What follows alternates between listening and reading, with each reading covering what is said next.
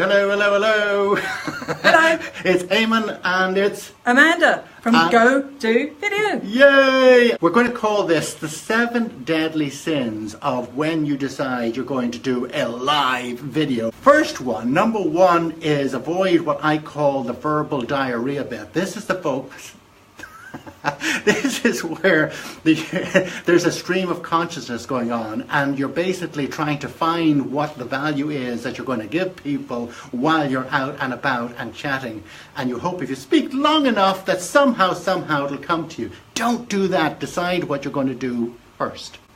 Number 2 then is you know who I love? Gary Vee. You are not Gary Vee. Gary Vee is an exceptionally wonderful person on video, and you can't just sit in front of a video and be Gary Vee. So stop, come up with your own ideas and do something a little bit more creative and a little bit more relevant. Number 3 is what I call the me bit.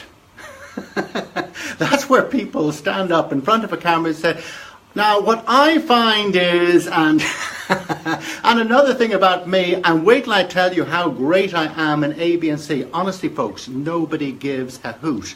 Please don't make your videos all about you. The only thing your audience is going to care about is if you share something that's genuinely of interest and value to them. That's the only thing that matters.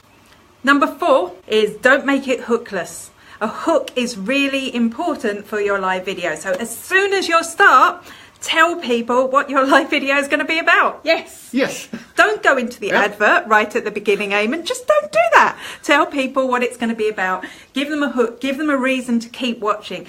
So many people, even professional vloggers, just go on and on and on and on, and you never know when they're going to get to the point. Number 5 is what I call overexposure. Folks, you can die of too much exposure. What I mean by that is people who get it into their head that if I do live interviews on a regular basis, day in, day out, for a week, for a month, for I don't know how long, 30 days, and that somehow this is going to be of appeal to people. The fact that you're going to do anything for n number of days is of no interest whatsoever to your target audience. The only thing they really care about is, are you going to give them something that's really valuable? So if that's part of a program, great, but just doing it because I'm there and I hope you'll turn up. Number 6, your camera's too high, because you know what? I may have a few chins. I may be a little bit overweight, right? And I may be a little bit embarrassed about it. And the way we know we can combat this by putting the camera high up. But when you put the camera high up, you look kind of vulnerable and not very knowledgeable and not somebody that you can trust. So it's like this with a child. Get over your vanity. People are going to see the chins. They're going to look like this. Don't worry, because they'll take you seriously.